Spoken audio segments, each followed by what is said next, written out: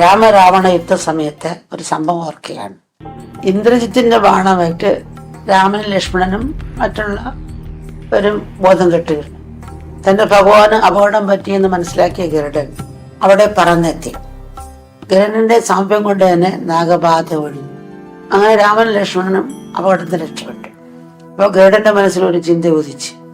രാമൻ ഭഗവാനാണെന്ന് ഞാൻ ഇതേവരെ വിചാരിച്ചു, എന്നാൽ ഇപ്പോൾ അവിടുന്ന് രക്ഷപ്പെട്ടത് എന്റെ സഹായം ഒന്നുകൊണ്ട് മാത്രമാണ്. അപ്പോൾ രാമൻ ഈശ്വരനാണെന്ന് എങ്ങനെ പറയാൻ കഴിയും? ഗരുഡൻ ചിന്തിക്കുകയാണ്. ഈ ചിന്ത ഗരുഡന്റെ മനസ്സിനെ അസ്വസ്ഥമാക്കി.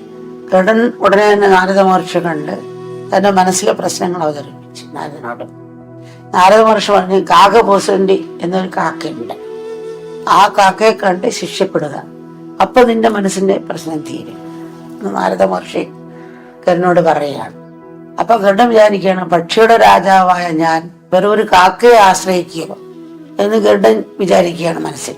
എന്തായാലും മഹർഷി പറഞ്ഞതല്ലേ, കാക്കയെ പോയി കണ്ട് പ്രശ്നം പറഞ്ഞു. കാക്ക പറഞ്ഞു, നീ എന്തൊരു വിഡ്ഢിയാണ്, സർവശക്തനായ ഭഗവാനെ സേവിക്കാൻ അവിടുന്ന് നിനക്ക് തന്നൊരു അവസരമാണ്. അവിടുത്തെ കൃപയില്ലെങ്കിൽ നിന്റെ ചെറുത് അനക്കാൻ പോലും നിനക്ക് കഴിയില്ല. നിനക്ക് അവിടുത്തെ സേവിക്കാൻ വേണ്ടി സ്വന്തം ശക്തിയെ മറച്ച് രാമൻ അശക്തനായി ഭാവിക്കുകയാണ് ചെയ്തത്. അതാണ് അവിടുത്തെ കൃപ. അതോർത്ത് നീ ഭഗവാനെ നമിക്കുകയാണ് വേണ്ടത്. കാക്കയുടെ ഉപദേശം കേട്ടതോടെ ഗരുഡന്റെ അഹങ്കാരം അകന്നു. ഗരുഡൻ രാമന്റെ പാദത്ത് വീണ് മാപ്പപേക്ഷിച്ചു. അങ്ങനെ അവിവേകത്തിൽ നിന്നും ഗരുഡൻ മുക്തനായി.